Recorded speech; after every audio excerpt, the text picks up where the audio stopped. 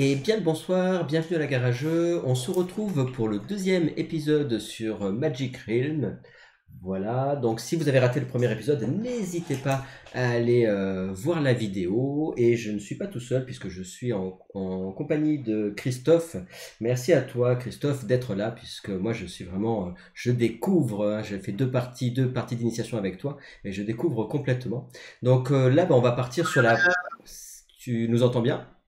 Oui, ça va. Donc Impeccable. là, on part sur vraiment, là, ça y est, vous avez le visuel du jeu, donc sur le logiciel, comme tu as expliqué au tout début sur la première vidéo, qui est gratuit. D'ailleurs, je ne sais pas si on l'a dit sur la première vidéo, mais les règles aussi sont disponibles gratuitement sur Internet. Donc vous pouvez tout à fait y Alors, jouer, même... oui, vas-y. on peut même trouver gratuitement, alors faut chercher un petit peu, mais on peut même trouver l'intégralité des fichiers de façon à faire le jeu en print and play.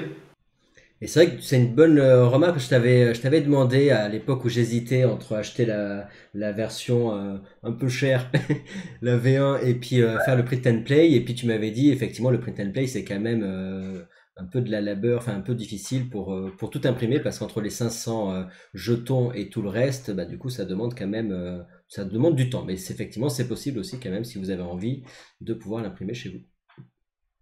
Mais et puis alors donc il est long, donc il y a beaucoup de choses, hein, il y a énormément de matériel, donc il va être très long à construire, très long à faire bien, et surtout en termes de coût. Alors ce que je vois avec les gens qui l'ont fait, c'est que bah, ça coûte à peu près aussi cher que d'acheter une V1, quoi. Donc avec le temps passé en plus. Mais en tout cas, en tout cas pour les gens qui sont motivés, ça existe, c'est tout à fait possible. Alors, sachant que la V1, quand tu parles d'acheter la V1, c'est si tu l'achètes au moins cher dans les 100, quand tu parles dans les 100 euros, quoi, si Dans t'achètes. les 100 euros, ouais, tout à fait. Eh ben, écoute, je suis content de faire cette deuxième vidéo ensemble, et puis ben, je te laisse la main sur la présentation globale du jeu. Alors, on a fait déjà, on a un peu parlé de ton historique de joueur et du jeu, mais là, ce coup-ci, on rentre vraiment dans le vif du sujet. Alors, donc bienvenue dans le royaume. Donc ici, là, vous êtes sur on est sur la map du royaume, map qui est générée aléatoirement à chaque partie. Donc, comme on le voit, la map est constituée de tuiles hexagonales qui font le royaume. Alors, il y a des règles pour faire un royaume équilibré. Je ne vais pas rentrer dans le détail non plus. Là, en plus, le logiciel s'occupe de faire la map un peu comme on le souhaite. On peut avoir des maps plus ou moins équilibrées en fonction du challenge qu'on a envie de se donner. Donc là, on est sur le royaume, donc il comprend les différentes tuiles et les différents types de régions. Donc pour l'instant, la map est vide, il va falloir la peupler. Alors, on a différents types de tuiles, on a 4 types de tuiles. On aura les tuiles de vallée. Les tuiles de vallée qui ont 4 clairières. Est-ce que On tu va peux les zoomer faire. encore un tout petit peu pour nous sur Oui, l'écran là je suis au max. ça marche. Donc ici, par exemple, à Awful Valley, on a 4 clairières. C'est dans ces clairières, dans les Awful Valley, ou dans les vallées, pardon, où on aura ce qu'on appelle les dwellings, donc qui sont les campements, les lieux. Donc on aura une maison, on aura une auberge, on aura la tour de garde. Et ce sont des lieux qui sont safe, ce sont des lieux qui sont secure sur toutes les vallées sauf une. Il n'y a jamais de monstres qui vont apparaître. Donc ce sont des endroits où on va pouvoir se reposer, où on va pouvoir faire des choses en ne prenant aucun risque. Ce sont également sur ces tuiles où les personnages vont, dans la majorité des cas, débuter la partie. Donc les vallées, il y en a une ici, on en a une ici, voilà, ici. Hein. Elles sont au nombre de 5. Voilà, elles sont au nombre de 5. Mais sachant que donc t'as pas toujours les mêmes, toutes les tuiles sont mises en jeu mais de façon aléatoire, ou t'as pas C'est toujours, ça. voilà. Toutes les tuiles sont mises en jeu de façon aléatoire. Alors, juste pour expliquer, donc on a cette tuile ici qui s'appelle la tuile Borderland. Alors là, désolé, elle est à l'envers sur le setup. Où toutes les tuiles du jeu doivent être connectées à cette tuile. On doit pouvoir tracer un chemin de toutes les tuiles du jeu, de toutes les tuiles du monde, à cette tuile. Voilà. C'est la règle, c'est la règle principale pour le setup. Après ces tuiles de vallée, nous avons les tuiles de bois, les woods. Donc on les reconnaît facilement parce qu'il y a des petits dessins d'arbres sur les tuiles. Et ce sont des tuiles dans lesquelles il y a 3 clairières. Les woods seront principalement des tuiles de transit. Alors là c'est bien parce qu'on a un petit groupe de 3 ici, où des ennemis peuvent apparaître, mais globalement ce ne sera pas des ennemis qui sont très très méchants, très très dangereux. Donc on en a 3 ici, il y en a une là, là. Allez, il y en a plus des woods. Parce qu'en fait, il y a un piège, mais un des woods n'est pas un woods. Un des woods est considéré comme une tuile de montagne, de caverne, pardon, comme une tuile de caverne. Donc on a les tuiles de caverne qui sont ici. On reconnaît les tuiles de caverne, j'expliquerai pourquoi après. Un des bois est considéré comme une caverne. Les tuiles de caverne représentent les complexes souterrains qu'on peut trouver dans cette zone, des grottes. Et on reconnaît les tuiles de caverne avec les petits pointillés autour des clairières et des passages. Donc sur toutes les tuiles de caverne, il y aura 6 clairières. Ici, on a un passage secret qu'il faudra découvrir. Si tu as des questions, Gabriel, tu arrêtes. Je regarde en même temps et s'il y a besoin, je t'interromps. Je voulais juste te dire qu'il faut bien faire attention à la distinction entre tuile et clairière, parce que du coup, voilà. Donc la tuile, ce sera la partie hexagonale, et les clairières vont représenter les endroits où nos héros et les monstres vont se déplacer. On se déplacera sur les clairières. On passera de clairière en clairière. La particularité des cavernes, comme je disais, donc ça ici c'est une tuile de caverne aussi, où on a des clairières en extérieur et des clairières en intérieur. La particularité des cavernes, c'est qu'on aura moitié moins d'actions à effectuer quand on sera des cavernes. Typiquement, globalement, la majorité du temps, on a 4 actions par jour à faire. Si la moindre partie de la journée se passe dans une caverne, on n'en a plus que 2 d'actions. À côté des cavernes, on passe sur une tuile de montagne. On reconnaît la tuile des montagnes avec le petit relief qu'on voit autour de certaines clairières, par exemple ici, et les clairières qui sont entourées par une bande un peu plus claire. La particularité des montagnes, c'est qu'il faut 2 actions pour se déplacer sur une clairière de montagne. Et pour que ici, donc c'est la clairière 2 sur la montagne, n'est pas une clairière de montagne. Est-ce que tu peux zoomer un tout petit peu encore, ou tu es au max là, du zoom? Je suis au max. D'accord. Je suis au max. Et ici, celle-ci est une clairière de montagne parce qu'elle est entourée de blanc. Et ici, on a un chemin secret. Ok, on le voit, lui, il est marron, et ici, il est noir. Donc là, ça c'est la map classique avec les tuiles telles qu'on les trouve dans le jeu. Comme j'avais expliqué dans la première vidéo, il y a eu plein de choses qui ont été fan-made depuis le 1979. Et ce qui fait qu'on a l'option sur RuneSpeak d'avoir ce qu'on appelle le Legendary Realm. Voilà. Avec des illustrations qui seront un peu plus réalistes ou peut-être un peu plus jolies. Elles sont éventuellement un poil plus visibles, on voit un peu plus facilement quelles clairières sont de la montagne. C'est une question de goût, mais les deux existent sur RuneSpeak. Ça, ce ne sont pas les tuiles qu'on trouve dans le PNP. Les tuiles du PNP sont encore un type de tuile différente à celle-ci. Alors juste, je t'arrête juste une seconde parce que du coup, par rapport à ta façon de jouer, toi tu joues avec ce qu'on pourrait appeler la V3 quand tu fais toutes tes parties. Des règles, oui. Oui, voilà, c'est ça, tu joues avec la version numéro 3. Ok. Alors, attention, hein, comme je disais, il faut passer la version numéro 3 des règles. En fait, la 3e édition des règles, c'est plus, enfin, ce sont les règles les plus complètes possibles, c'est-à-dire qu'elles comprennent tous les errata, tout ce qui a été, toutes les clarifications, toutes les facs sont intégrées dedans. Elles ont également été validées par l'auteur. C'est juste le livre de référence le plus complet possible sur les règles. D'accord? Mais alors, je ne vais pas rentrer même dans le speak. On peut jouer absolument avec le set de règles qu'on veut. On peut jouer avec les règles de la première édition. On a, alors juste pour le montrer. Non, je peux pas. Non, il faudrait que je ressorte pour pouvoir le montrer. En fait, on peut choisir absolument sur Speak toutes les variantes possibles et imaginables. Ok.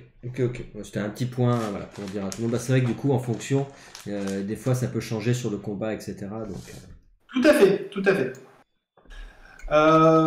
Je sais pas, tu préfères que je reste sur cette carte-là ou sur la carte classique? moi, la carte classique, ça me va bien, mais comme tu veux. Parce qu'elle ressemble plus à mon jeu. Est-ce que tu as des questions par rapport à cette map? Non. Là-dessus, c'était très clair tes explications, que ce soit pour les parties en intérieur, les forêts, les montagnes aussi, et les routes cachées, ça c'est important, mais ça c'était bon jusque-là. Ok, alors. Alors sachant qu'il y a des numéros, mais ça t'en parlera après de toute façon, mais effectivement dans chaque clairière, on ne voit pas très bien en petit. On va en parler après. Alors, donc ici, la map est montée, maintenant il va falloir que je choisisse mon personnage. Donc ici, on passe sur l'interface du jeu.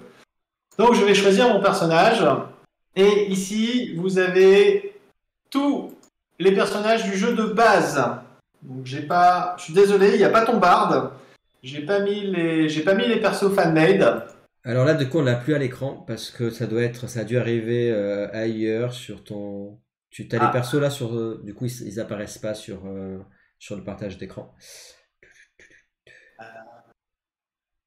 Attends. Ça doit être sur une autre fenêtre et du coup, ça doit pas partager la fenêtre comme. Ouais, voilà, parfait, super. Mais du coup, tu n'as plus le plan. Non.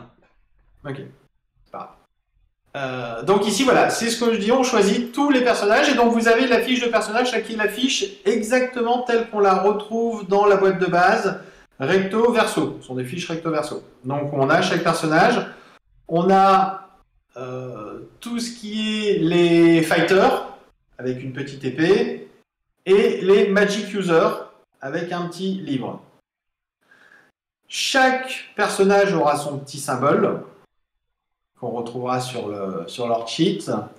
Chaque personnage a des avantages spéciaux et ou des inconvénients, dans certains cas. Ici, on est sur la partie des spécialités du druide. Alors, c'est une variante qui fait qu'on peut commencer, si on veut, avec des persos au niveau 1. Qui sont beaucoup plus limités en termes de développement et qu'à partir d'un certain nombre d'actions, de choses qu'ils ont faites, ils passent au niveau 2, puis au niveau 3, puis au niveau 4. Une partie standard de Magic Realm, tous les personnages commencent au niveau 4.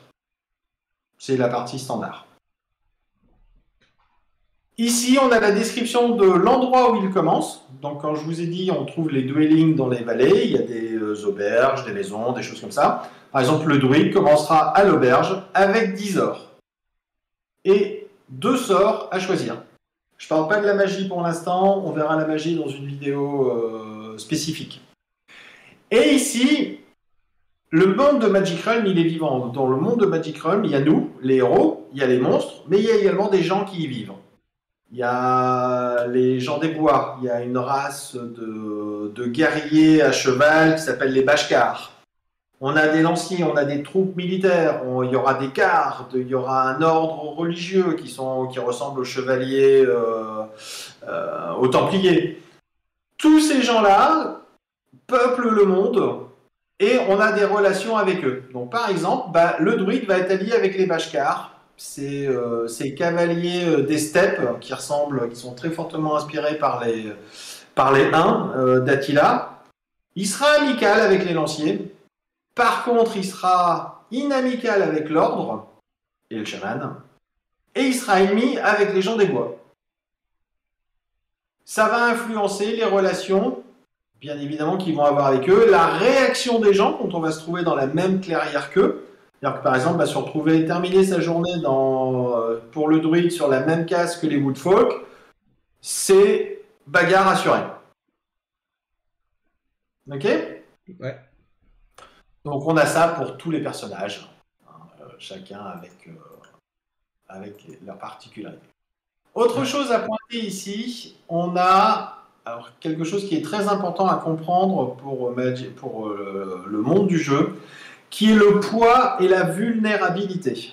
Donc, c'est la même échelle, mais ça ne représente pas tout à fait la même chose. Donc, le poids, on va aller de négligeable, c'est-à-dire quelque chose qui ne pèse rien, à light, pour léger, medium, heavy et tremendous.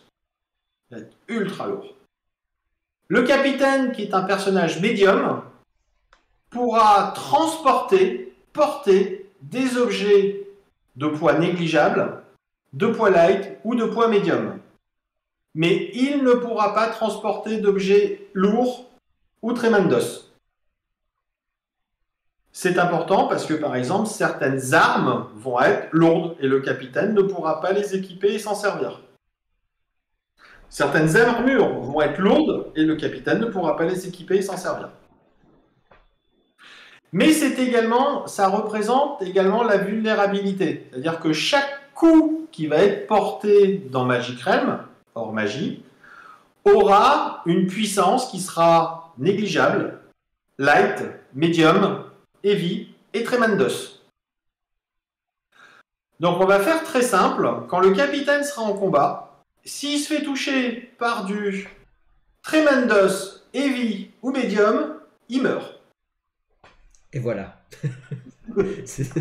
Ça, c'est fait. Voilà, ça c'est fait. S'il se fait toucher par du light, alors il pourra augmenter, par exemple, se protéger avec une armure, etc. Mais s'il se fait toucher par du light, il ne sera que blessé. Et s'il se fait toucher par du négligeable, là, il ne lui arrivera rien. Encore une fois, je donne les règles vraiment les plus générales possibles après, parce que le Magic Realm, ce qui fait aussi son charme et sa beauté, c'est tous les cas particuliers. Et oui, parce que vas-y. Hein? J'allais dire juste, parce que quand tu expliques comme ça et quand tu montres les persos, c'est vrai que sur une fiche, on se dit, bon, bah en fait, comment ça se fait que tu en maîtrises 3, alors que sur la fiche de perso, comme ça, on se dit, bon, bah ils sont à peu près tous pareils, ils ont juste un changement d'armure ou un sort qui va changer, sauf que ça va bien beaucoup plus loin que ça, parce que sinon, on se dirait, bon, bah du coup, c'est facile de passer d'un perso à un autre, quoi. Tout à fait, c'est qu'il se joue complètement différemment. Par exemple, parce que, alors, également aussi, mais parce que, alors, j'aime pas le montrer sur la fiche, parce qu'en fait, ce qui va faire la différence, c'est tout ce que vous voyez ici décrit en vert. Tout ce qui sera le Move M4, Move M5, Fight M5. C'est ça qui va faire la différence sur les personnages. Ça, je vais l'expliquer un peu après, une fois que j'aurai moi choisi un personnage et qu'on va rentrer dans le détail, parce que c'est ce qui fait aussi l'important. C'est ce qui fait aussi tout l'important. Donc ici, on a un personnage light, de mémoire, le White Knight et Heavy. Voilà. Le chevalier blanc et heavy. Le sorcier est médium. Le magicien est light. Voilà. Ok, donc là, moi, je vais choisir mon perso. Alors, je vais prendre... Allez, je vais prendre la Woods Girl. Pourquoi? Parce que c'est un personnage qui est très, très facile à prendre en main pour les nouveaux joueurs. Qui peut être un peu ennuyeux en combat, mais qui au moins est vrai, encore une fois j'insiste, qui est facile à prendre en main. C'est-à-dire que la Woods Girl, c'est le personnage avec lequel vous allez avoir le plus de chances de survivre toute une partie complète. Pourquoi? Parce qu'il n'y a qu'un seul monstre, elle peut échapper à tous les monstres du jeu, sauf un. Voilà. Effectivement, si elle tombe sur lui, bah, elle est morte. Voilà, hein, on ne se posera même pas la question. Elle tombe sur lui, elle est morte. Mais par contre, si elle est tous les autres, elle pourra leur échapper. Donc on va la prendre. De toute façon, là, c'est juste pour vraiment expliquer. Voilà, ça va permettre après d'expliquer le jeu. Alors, on commence au niveau 4. Donc, quand vous voyez, on a perdu ton écran du coup. Ah, il faut que, à chaque fois, il faut que je le modifie. Alors, par contre, on avait tout à l'heure, j'avais quand même les deux, je crois. J'avais accès à tes deux écrans sans. Hop. Ok, ouais, c'est bon. Donc là, on choisit le. Là ici, donc c'est les options pour la fille des bois, pour la Woods Girl. Donc ici, vous avez tous les développements qu'on peut avoir. Si on joue en mode développement, encore une fois, j'insiste, quasiment personne ne joue en mode développement. Ici, elle a le choix, elle pourra commencer soit à l'auberge, soit dans la maison. C'est un choix stratégique de départ qui est important. Et ici, des bonus qui correspondent à des variantes. Elle aura un inventaire que je peux soit choisir l'endroit où je vais le prendre, soit le prendre de façon aléatoire. Je le prends de façon aléatoire. Hop, je suppose que vous avez perdu. C'est ça. Comme il y a les deux fenêtres. Hop.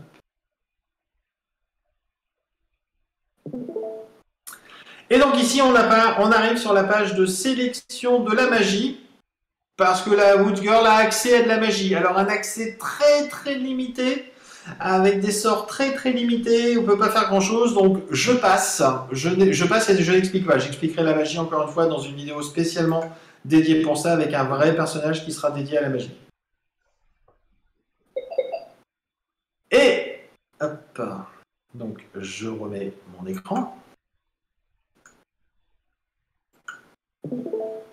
Voilà. Et donc ici sur l'écran, on a la partie sur mon interface. Comme vous voyez ici, en bas à droite, j'ai ma fiche de personnage. Ma fiche de personnage. Ici en haut, ce que vous avez, je ne vais pas en parler, c'est juste que je le mentionne au début, c'est là où on a la liste de tous les joueurs et on sait qui joue, à qui c'est le tour de jouer. Parce que quand on joue à plusieurs, l'ordre du tour est aléatoire. On tire au sort, on tire au sort qui joue. Au début de chaque tour, vous voyez ici, chacun a son petit symbole. Donc on a un token, physiquement, quand on joue avec le physique, on a chacun un petit token spécial qu'on met dans un pool et on pioche au début de chaque tour pour dire qui va jouer, qui joue. Okay, donc c'est ici où on retrouve ça. Donc ici, moi si je voulais, je pourrais rejouer sur Humspeak. Si on veut jouer soi-même avec plusieurs persos, bon, on peut le faire, il n'y a pas de souci. Ou c'est là que quelqu'un pourrait rejoindre ma partie. Ce qu'on fera de toute façon le 24 du coup. On fera le 24, oui, on jouera à deux, oui. Voilà, ouais. Comme ça on vous montrera. Chose, c'est maintenant où on fait ce qui est un point très important dans Magic Realm, c'est là où on va déterminer ses points de victoire.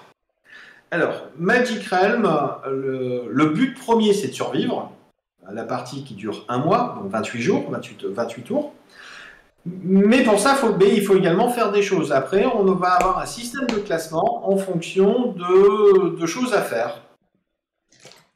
Et un des points intéressants de Magic Realm, c'est que c'est nous-mêmes qui déterminons en début de partie comment on va scorer nos points.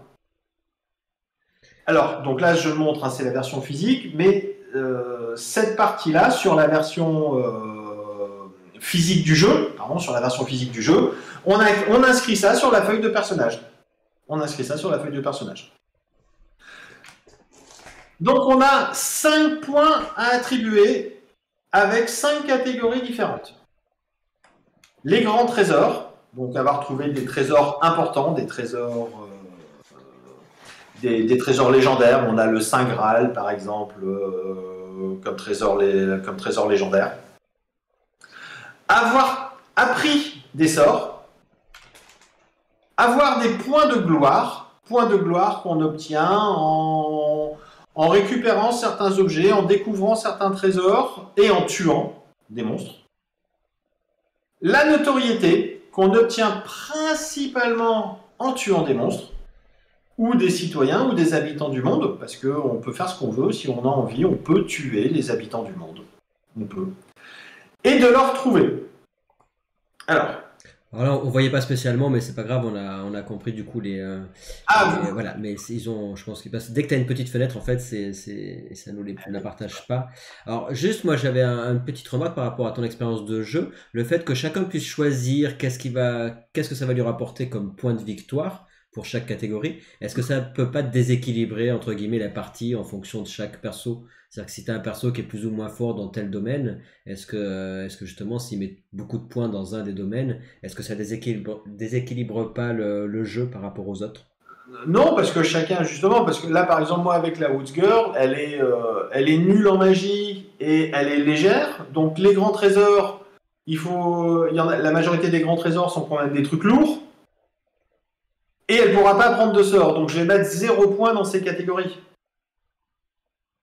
Donc il n'y a pas une Mais des catégories qui est beaucoup plus facile, genre par exemple les gold, c'est pas beaucoup plus facile à obtenir que... si, les golds, c'est beaucoup plus facile à obtenir. Mais les golds, faut tuer. Par contre, ce que je n'ai pas expliqué encore, ce que je n'ai pas expliqué, c'est que chaque point mis dans une catégorie est pondéré par la valeur de la catégorie.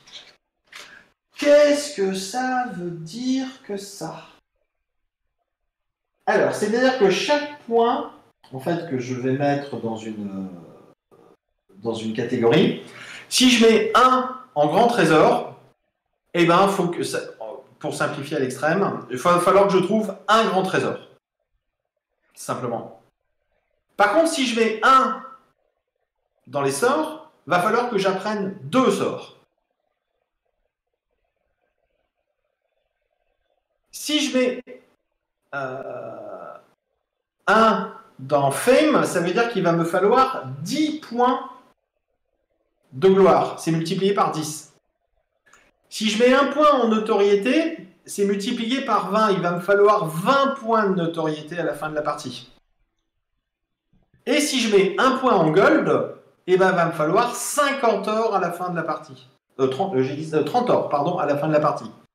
Si je mets 2 points, il va falloir 60 or à la fin de la partie. Donc oui, l'or, c'est également ce qu'il y a de plus facile à atteindre. Mais c'est pour ça que c'est pondéré, on le sait, chaque point vaut 30, en fait. Donc, Prends l'exemple du Witch King qui n'est pas matériel. Lui, il mettra 0 point en or. Il mettra 0 point en grand trésor. Parce qu'il ne pourra jamais les porter, il ne pourra jamais les avoir, il ne pourra jamais les obtenir. Par contre, lui, il mettra ses points ici. Et sachant que si dans la partie ça se déroule pas comme prévu et que supposons tu aies mis un point en notoriété et que tu arrives à avoir plus, puisque du coup tu arrives à avoir, donc tu as dit ça ferait 40, supposons que tu es le double, bah malheureusement tu n'auras pas 2 points de victoire. Voilà, tu seras bloqué. Alors, ce qu'il faut comprendre, c'est que après c'est la valeur du point. Sur une partie, on compte effectivement c'est-à-dire que c'est vraiment important parce que si on ne fait pas ce qu'on a dit qu'on faisait, on a des pénalités. Ouais, c'est-à-dire que si je mets là 2 or, et donc il m'en faut 60, je perds des points si je n'ai pas mes 60 pièces. Et ouais. Par contre, si tu en as plus, ça sert à rien, ça te fera pas plus. Si ça te fera plus. Si ça te fait 90, du coup, tu auras quand même les points. Mais ça te fera plus, mais pas dans la même proportion. Alors, c'est un calcul qui est... Ça c'est pareil. Ça, c'est un truc pour lequel je préfère Magic Realm jouer sur Ramspeak parce que c'est la machine qui fait les calculs et pas moi. Eh oui, d'accord. Voilà. Après, c'est... comment dire? C'est intéressant pour se mettre en... Moi, perso, alors quand je joue solo, je joue avec le mode mort subite, qui est que la partie s'arrête, perdu si je meurs, gagné si j'atteins mes objectifs. D'accord. Voilà. C'est ce qu'on appelle mort subite. Ou je joue avec les modes de quête, et auquel cas, je ne m'intéresse plus du tout aux points. Les points ne m'intéressent plus. Parce que sachant que quand tu joues en PVP ou enfin en multi, quand tu disais tout à l'heure tu meurs, si ton perso il meurt, c'est pas grave, il pourra quand même revenir. Quand tu joues à plusieurs. Ah, tout à fait, oui, tu pars. Mais dans ces cas-là, mais tu repars à zéro quand tu meurs. C'est-à-dire que quand tu meurs, tu perds tout ce que tu avais gagné. Tous les objets que tu avais trouvés, ils tombent à l'endroit. Admettons que je meurs ici, sur la clairière 1 du cliff. Tout mon équipement tombe et se trouve là avec mon cadavre. Dans la majorité des parties, je peux revenir, mais je reviens avec un nouveau personnage. C'est-à-dire que si ma Woods Girl meurt, en tout cas sur les parties que moi je set up, je ne peux pas revenir avec la Woods Girl. Je dois revenir avec un nouveau personnage. Et donc je repars à zéro. Très bien. Parfois, c'est même, voilà, c'est quand tu joues des parties en 30 jours, en multijoueur, bah, le nombre de fois où ça m'est arrivé de mourir le dernier jour. J'avais fait une super partie, puis tu meurs le dernier jour et tu termines à moins 100 points. Voilà. Et t'es bon dernier. Ce qu'il faut comprendre, encore une fois, c'est que les points, c'est une façon de... Comment dire? Les points, c'est une façon de valider ta stratégie. C'est-à-dire que au plus tu vas t'améliorer sur comprendre comment ton perso doit jouer, au plus tu vas maîtriser tes points de victoire. Et donc, au plus ton score sera important. Pour moi, il sert juste à ça. Encore une fois, vraiment, chaque partie que je termine ou je survis, si je joue en 30 jours ou en 60 jours, si je survis jusqu'au bout, c'est une victoire. Peu importe les points. Voilà. Oui, déjà survivre, c'est déjà un défi. C'est un simulateur. C'est un simulateur. Alors. Est-ce que tu veux passer aux actions possibles ou est-ce que tu veux... Alors, juste une dernière chose à préciser. Une des règles les plus importantes de Magic Realm. Dans Magic Realm, il y a des dés. Il y a de l'aléatoire. Il y a du dé. Par contre, Magic Realm, il y a 2 dés. Il y a 2 D6 dans Magic Realm. Il y a 2 D6. La façon dont ça fonctionne pour Magic Realm, c'est que on aura besoin par contre que... alors comment expliquer? Dans ma tête, c'est clair. On va tenir compte du résultat que d'un seul dé dans Magic Realm. C'est-à-dire qu'on lance 2 D6 à chaque fois. Chaque fois qu'on doit lancer un dé, on lance 2 D6, le plus souvent. Mais on va n'utiliser qu'un seul dé. On va utiliser le dé le plus grand des deux.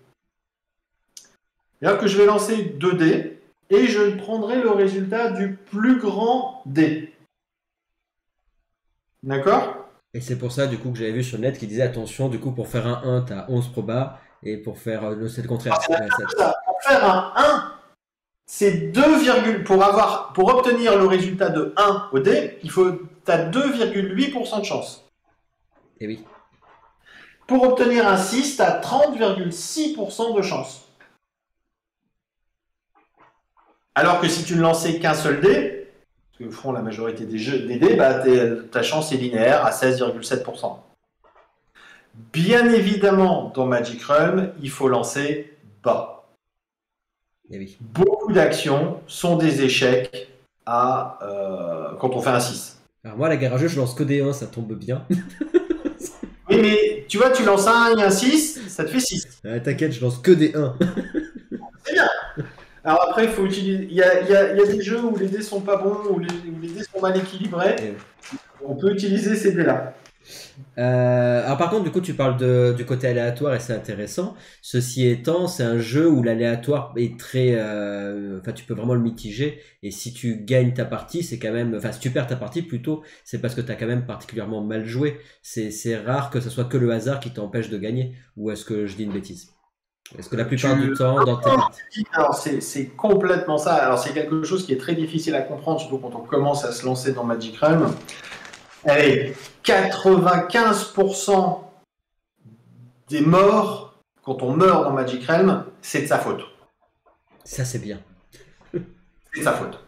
C'est qu'on a fait une connerie. On s'en rend peut-être pas compte au début, mais c'est qu'on a fait une connerie.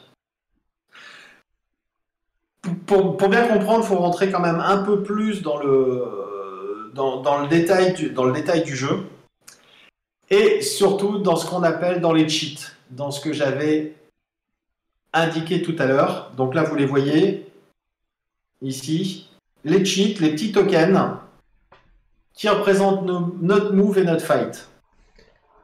Alors par contre, comme en petit, on voit pas ce qui est marqué dessus à l'écran, mais après si tu les expliques de toute façon, je voulais juste par rapport à quand tu vas expliquer les actions, on changera de vidéo, mais pour les cheats, tu veux expliquer sur la même vidéo. D'accord, ok. Les cheats vont représenter, il y aura 3 types de cheats. Les cheats de mouvement, donc par exemple ici ce sont ces 5 là. Les cheats de combat, ce sont tous ceux-ci. Et la Woods Girl, elle a un cheat de magie, dont je ne parlerai pas, qui se trouve ici. Chaque cheat donc, a indiqué ce à quoi il correspond, donc ici move et ici fight, mais aura également une lettre qui représente soit le poids dans les mouvements, donc light, soit la force de l'impact dans les combats. Light ici et mouvement ici. D'accord? Et médium ici, pardon, j'ai dit mouvement. Et médium ici. Et également, on arrive sur un des critères super importants de Magic Realm qui est la vitesse. La vitesse d'action. La Woods Girl, elle a un move L2. Donc le move L2 veut dire qu'elle ne pourra porter que du léger, mais que par contre elle se déplace à une vitesse, elle peut se déplacer à une vitesse de 2, qui est la vitesse la plus rapide du jeu. C'est pour ça que je disais qu'elle pouvait s'enfuir de tous les monstres. Sauf un, parce qu'il n'y a qu'un seul monstre qui est plus rapide qu'elle, enfin qui est aussi rapide qu'elle. Donc quand la Woods Girl va mourir, c'est parce qu'elle n'aura pas fait gaffe et que ces 2 cheats sont fatigués, ou elle ne pourra pas les utiliser parce qu'elle sera fatiguée, et qu'elle va rentrer sur une tuile et qu'elle va tomber sur un monstre qui sera plus costaud qu'elle, mais sur lequel elle n'arrivera pas à s'enfuir parce qu'elle est trop fatiguée et qu'elle ne courra pas assez vite. On peut dire que c'est de l'aléatoire. On peut dire que, ouais, mais le monstre, on n'était pas sûr qu'il allait popper à cet endroit-là. Sauf que, si elle avait bien joué, elle ne serait pas morte. Et oui.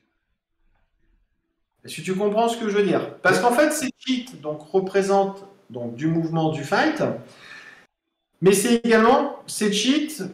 Tu vois, alors là, c'est tout petit, je suis pas sûr que vous les voyez. J'essaye de voir, je voudrais. Voilà, ça y est. Ce que je vais faire, juste ce que je vais faire, si tu veux bien, c'est que je vais montrer sur les cheats sur la caméra, en vrai, comme ça, du coup, on les verra bien, si ça te va. Vas-y, je te laisse. Je te laisse faire. Comme ça, au moins, vous les verrez de près. Hop. Voilà. Vous les verrez de près. Je suis en train de configurer une seconde. Hop. Voilà. Et comme ça, vous verrez. S'il y a besoin de temps en temps de montrer des trucs un petit peu plus près, au moins. Donc il y a des petits astérisques parfois derrière.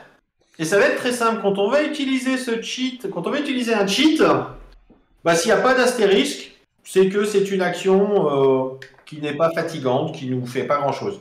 Voilà, donc là ici vous voyez à l'écran par exemple, on les voit là. Vous les voyez, par exemple, il y a Move L3 avec le petit astérix par exemple. Voilà, le fight, pareil ici. Hop. Je sais pas si tu vois à l'écran, si tu vois mon écran du coup. Non, moi je vois pas ton. Attends. Voilà, donc là par exemple on a un Move L4. Donc là c'est tout ce que vous avez. Il n'y a pas d'astérisque. C'est-à-dire que si elle utilise ce cheat pour se déplacer, bah, il ne va rien se passer parce que c'est, entre guillemets, c'est standard. Mais si par contre elle utilise son move L2 avec 2 astérisques pour se déplacer, c'est épuisant de courir vite. Donc ce cheat va être fatigué et ce cheat, elle ne pourra pas l'utiliser. Elle ne pourra plus l'utiliser tant qu'elle ne se sera pas reposée. Voilà, donc là vous avez à peu près tout, là je les montre tous là, ceux qu'on a. C'est ce qui fait, quand je parlais dans l'autre vidéo, quand je comparais ce jeu à Demon's Souls et que je disais que c'était un petit peu un simulateur, bah, c'est que ce jeu, en fonction de ce qu'on fait, on va se fatiguer, on va s'épuiser et on va être de moins en moins efficace. Mais pas comme dans beaucoup de jeux de façon complètement aléatoire, enfin de façon complètement arbitraire. Là, ça va vraiment dépendre des actions qu'on fait. C'est-à-dire que si je me fatigue en me déplaçant, je vais pas fatiguer, je vais fatiguer mes actions de déplacement. Je ne me fatiguerai pas mes actions de combat. Si j'utilise juste pour faire une mention sur la magie, si j'utilise et si je fatigue mes cheats de magie, je ne pourrai plus lancer mes sorts.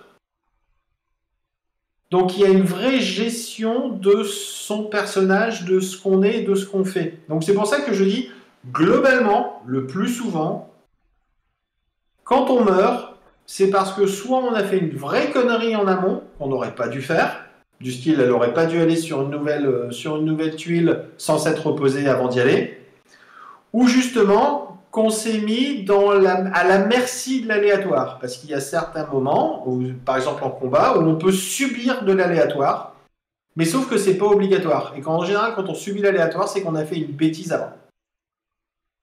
Ok. Ok. Je termine juste avant qu'on passe aux actions et qu'on change la vidéo. Donc on a également un inventaire. Donc là, la Woods Girl, elle commence avec un arc. Alors, Abby, je repasse sur mon écran. Alors, si je change, est-ce que ça peut marcher? Non, ça marche pas, ouais. Ouais, on voit pas l'arc. Vous voyez pas l'arc? On voit facile, on voit l'arc en petit là sur la gauche sur ta flèche. Ouais. On voit l'arc. Donc ça, c'est son équipement. Tout ce qu'elle pourra récupérer en équipement, ça va être ici, y compris des sorts, des objets, etc. Le monde de Magic Realm, il y a plein de trucs. Hein.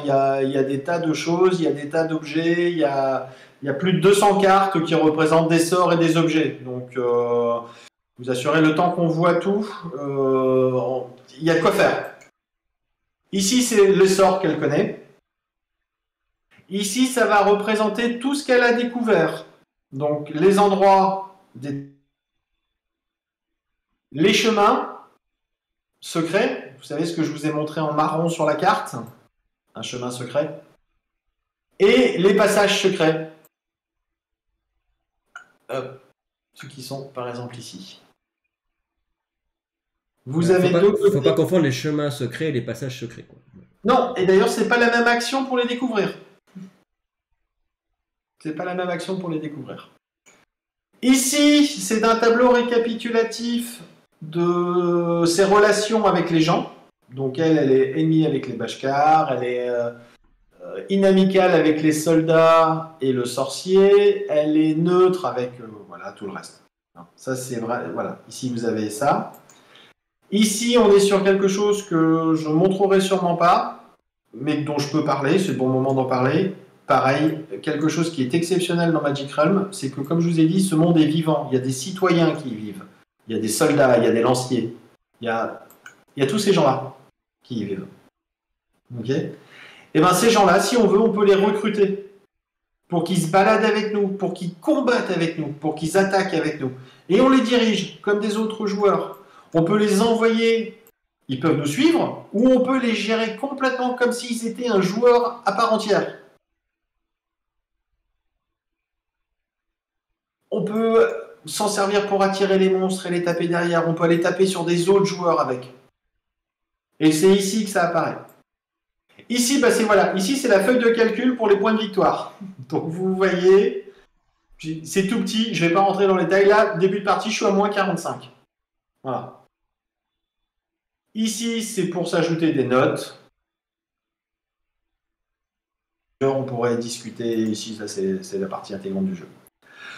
On n'a pas montré la chose qui est pour moi la plus importante dans le jeu, qui est la feuille de monstre.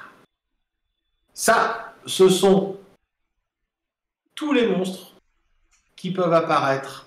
Est-ce que tu peux nous changer l'écran? Après, sinon, je peux la montrer aussi si besoin. Non, mais ouais, mais moi, elle est remplie des monstres. Toi, la tienne, elle n'est pas encore elle est pas remplie. Hop. Ça, ce sont tous les monstres que l'on peut trouver dans le jeu. On va aller de dragons qui volent, de dragons immenses mais qui ne volent pas, des serpents, des loups, des géants, des gobelins, une pieuvre. Donc là, pareil, je montre, là c'est la version originale. Là, par contre, parce que ce sera plus sympa pour après, je vais... Il y a combien de monstres en gros sur le différent? À peu près. Il y a tout cela. Alors, est-ce que vous revoyez les monstres ou pas? Non, il n'y a plus rien. Ouais. Donc là, j'ai passé avec les cheats refaits, qui sont plus modernes, où il y a plus d'indications dessus. Ah, tu vois, il y a quand même, il y a tout ça, hein, de monstres différents. Donc, quand il y en a plusieurs dans la pile, ça veut dire que il y en a plusieurs. Comme par exemple ici, les gobelins. Il y en a 6 dans la pile, ce qui fait que quand les gobelins ils apparaissent par groupe de 6. Les loups, ils apparaissent pareil, par groupe de 6. Des araignées, des machins. Et ici, vous avez donc les 6 habitants du monde qui peuvent aussi apparaître de façon aléatoire sur le jeu.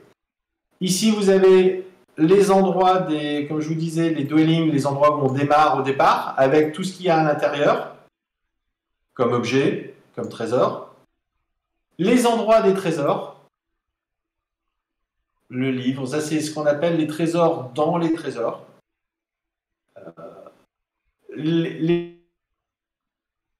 La tanière. Donc dans la tanière ce sera un endroit où il y aura des trésors. Et on sait que cette tanière, elle est gardée par un dragon.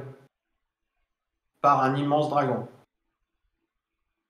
On aura... Sachant, comme tu disais au tout début, qu'on peut jouer coop et on peut très bien décider d'y aller ensemble, du coup, pour... On peut très bien décider d'y aller ensemble et de le taper ensemble. Tout à fait. C'est une stratégie qui est assez intéressante d'y aller avec, par exemple, le White Knight et le sorcier. Parce qu'ils se complémentent bien. Il y en a un qui tape comme un bourrin et l'autre qui maîtrise un peu, qui fait du contrôle et puis qui peut être très fort avec ses boules de feu. Ça peut être très bien le guerrier et le sorcier, par exemple, pour se taper ces groupes de mobs. Là, c'est l'idéal. Y aller à 2, c'est super. On peut travailler en commun. Donc ici, vous avez un petit dé. Donc c'est un des 2 moments où on va lancer un seul dé. Chaque jour, on va lancer un dé et ça va déterminer quel type de monstres peuvent apparaître sur la map. Et on sait qu'on pourra avoir ce jour-là des araignées, le imp et éventuellement les bashkars. Et au-dessus, vous avez l'endroit où ils peuvent apparaître. Alors je ne sais pas si on le voit bien à l'écran.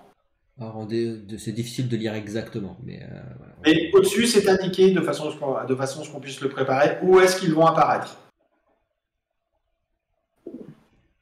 Ok ? Donc ça, c'était la partie, c'est là où on va passer quand même énormément de notre temps avec les monstres à regarder ce qui se passe, à regarder ce qui va se passer sur les monstres. Donc je propose, juste avant d'arrêter et puis de passer aux actions, de lancer la partie puis de peupler la map. Ok, ouais, très bien, vas-y. Donc, start game when ready. Nous sommes ready. Go! Et hop là! Donc, comme vous voyez, dans les vallées, on a mis les dwellings. Donc, par exemple, ici, on a la chapelle, qui est peuplée avec de l'ordre, des quatre troupes qui font partie de l'ordre.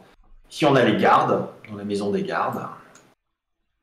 Ici, c'est ce que je disais, c'est la vallée qui n'est pas safe. C'est la seule vallée qui n'est pas safe, où on a 2 fantômes qui ont apparu dedans.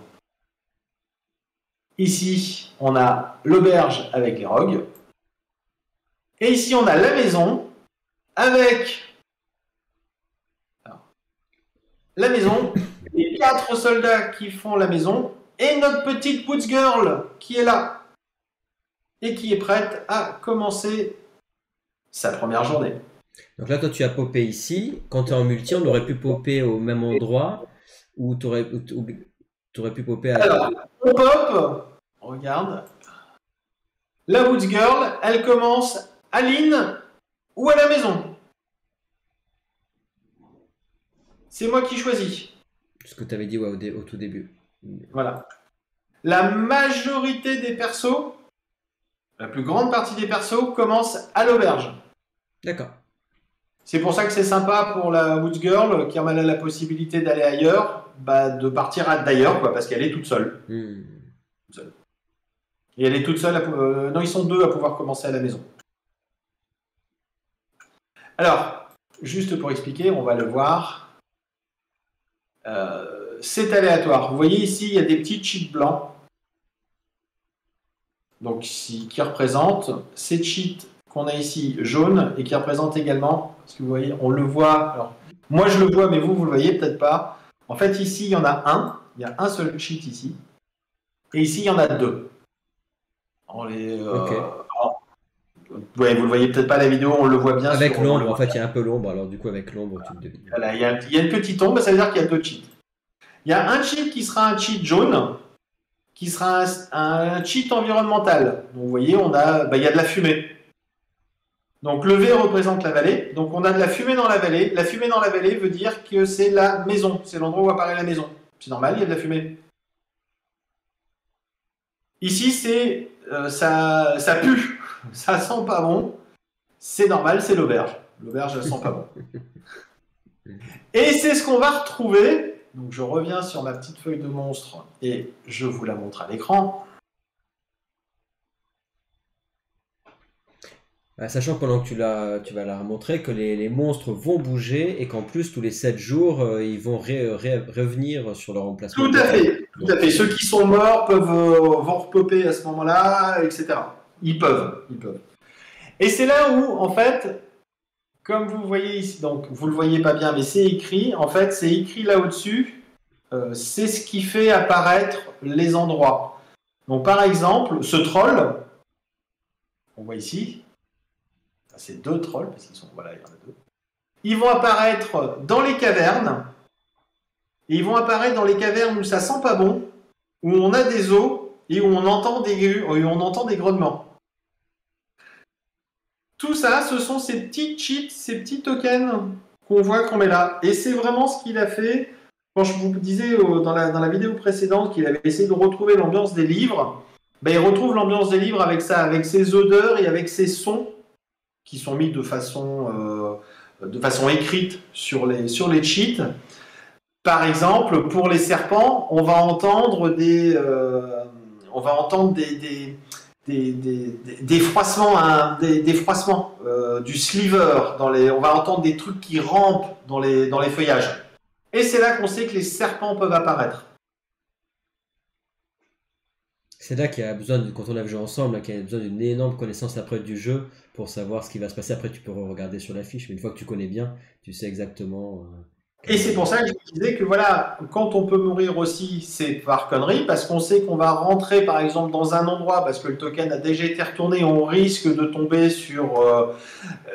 Le seul monstre qui peut tuer la pieuvre, qui peut tuer la Woods Girl, c'est la pieuvre. C'est l'octopus.